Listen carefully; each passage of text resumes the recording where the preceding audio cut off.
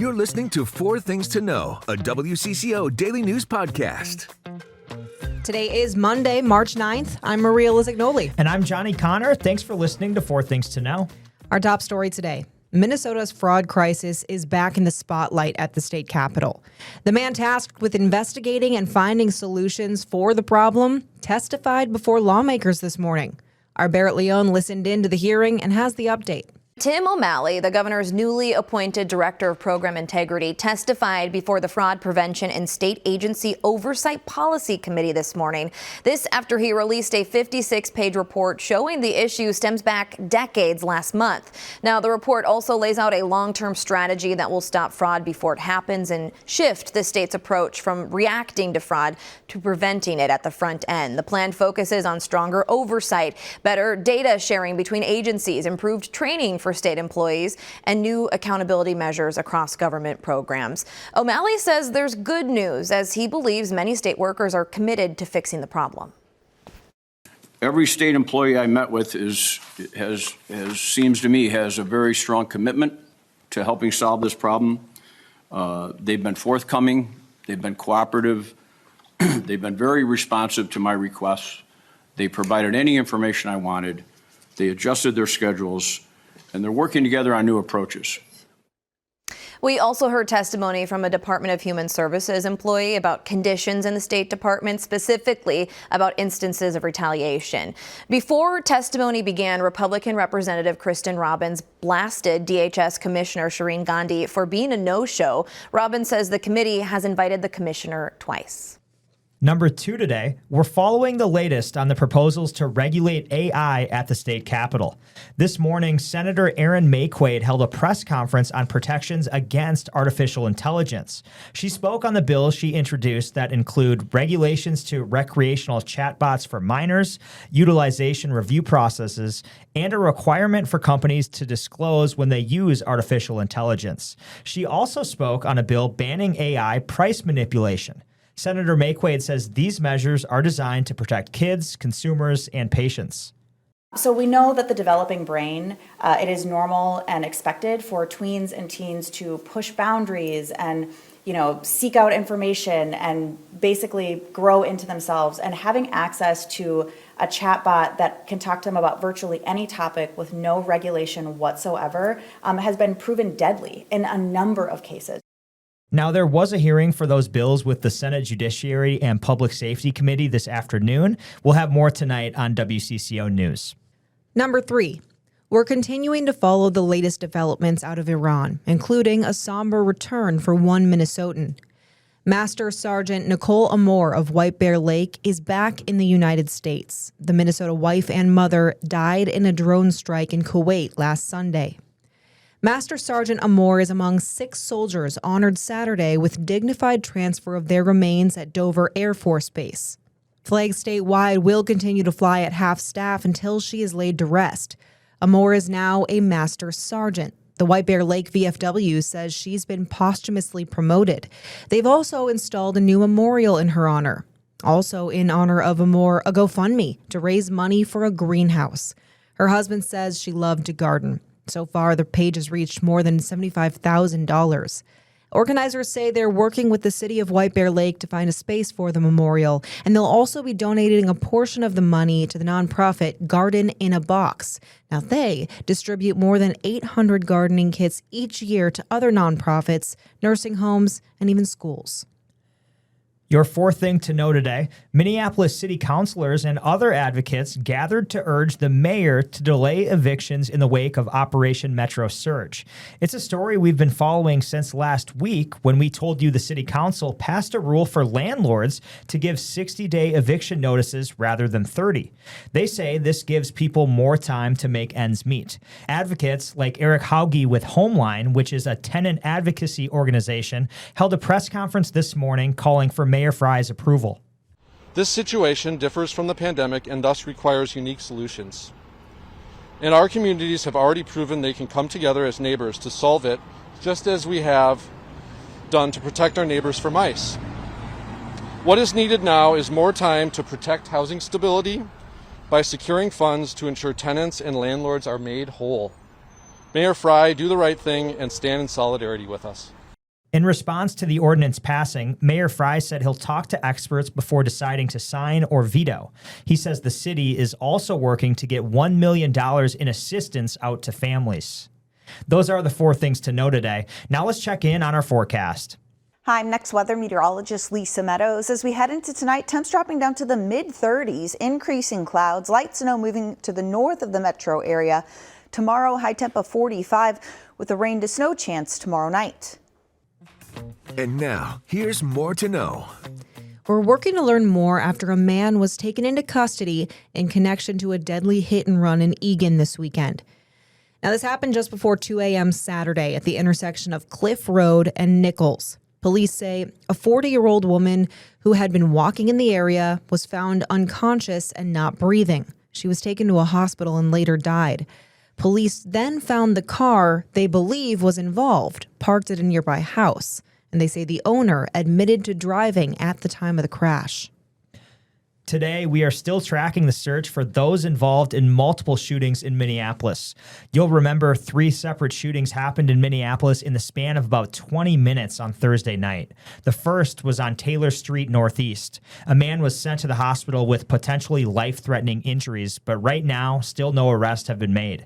In the second shooting, about 2.5 miles away on West River Road North, 3 people have been arrested. They range in age from 18 to 22. The victims' injuries were not life-threatening. And in the third shooting on Franklin Avenue East, police say a woman was hit by a bullet while outside. No arrests have been made in this shooting either. Investigators say these 3 shootings do not appear to be related. Starting today, people facing deportation have less time to file an appeal to the court. People used to have a month. Now it's just 10 days. And the automatic review process is also going away. It's just one of many changes court observers tell us they're seeing at immigration court inside the Whipple Federal Building at Fort Snelling. Minnesota has around 300 trained court observers. They try to be in a courtroom for every immigration hearing and then file documents on what happened. WCCO senior investigative reporter Jennifer Mayerly spent some time in immigration court. She spoke with Amy Lange, who's with the Advocates for Human Rights group. What are you seeing in court these days? So the ability to find a legal pathway to stay here is just shrinking and shrinking and shrinking.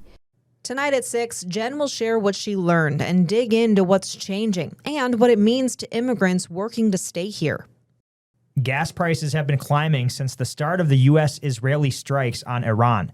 According to AAA, the national average for gas is $3.48. Here in Minnesota, we're up to $3.25. And if you compare that to just last week, it was $2.83 to fill a gallon up. Experts say the growing spike depends on how long the violence continues. And part of the cause is a drop in traffic at the Strait of Hormuz. 20% of the world's oil supply goes through there. There's less traffic due to fears of escalating violence. But U.S. Energy Secretary Chris Wright says these rising gas prices are just a temporary pain and actually part of a longer-term solution. But it will not be long. In the worst case, this is weeks.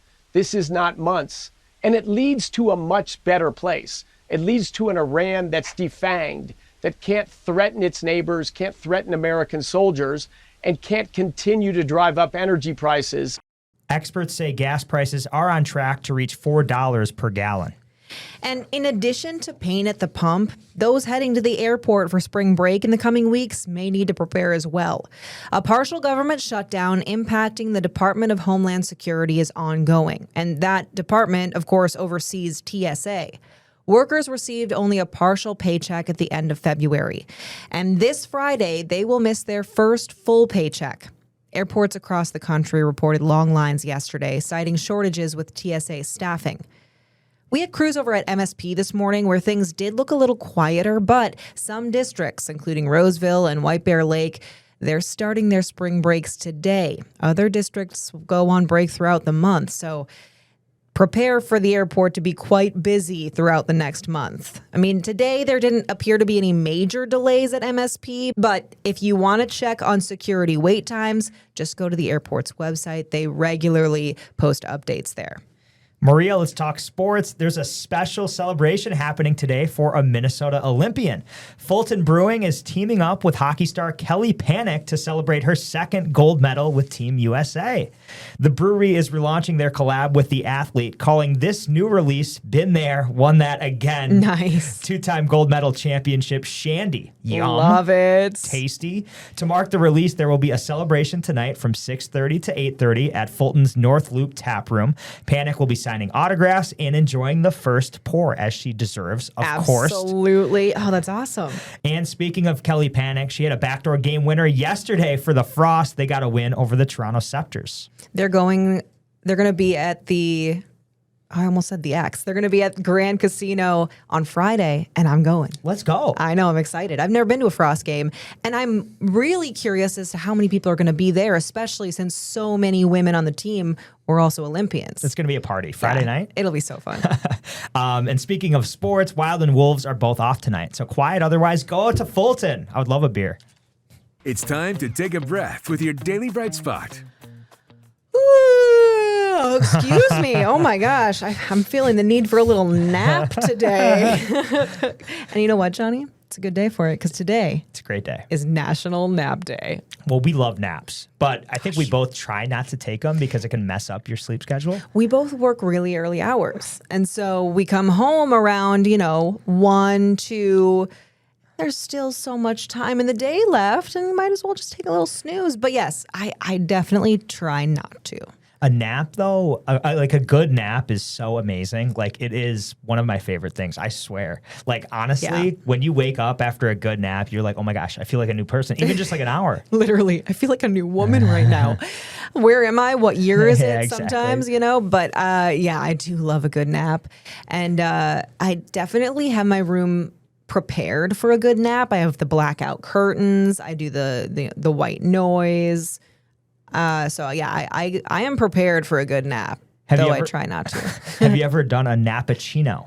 That's something I want to try. Do you know what this is? Oh my God, no, explain it to me. It is, okay, for people at home, you should try this. Maybe even today if you're tired. You take a shot of espresso and then take a nap, and the espresso kind of wakes you up so you don't get drowsy and whatnot. So like after 30 minutes or an hour, it's like a natural wake up from the caffeine. Wow. Nappuccino. That is brilliant. Yeah. I actually might try that. However, then I'll have too much caffeine and stay up all night, but that's actually a really good idea. Apparently, if you're really tired, the caffeine won't hit you until you're already sleeping. So that's why it works. Hey, there you go. Oh, Isn't that amazing? I'm going to definitely try that one out. I love that. Well, hey, if you need a nap today, no one's judging you because it is National Nap Day. And it's daylight saving time, so we all need it. Could use it. We could all use it. Thanks for joining us here on 4 Things to Know with Johnny Kahner. I'm Maria Lisignoli, and we're here with the news you need every weekday afternoon by 3 o'clock. I'm Maria Lisignoli, and this podcast comes to you from the WCCO podcast studio. I'm Johnny Kahner, and this is where you'll find the latest news of the day with us on 4 Things to Know. I'm Mariel Mose, and I bring you the stories behind the female athletes redefining the game on women in sports. I'm Adam Duxter. Join me for a deep dive into faith and what it means to Minnesotans around the state on Bigger Than Belief. Stay in the know on the go with the WCCO podcast studio. Go to WCCO.com/podcasts.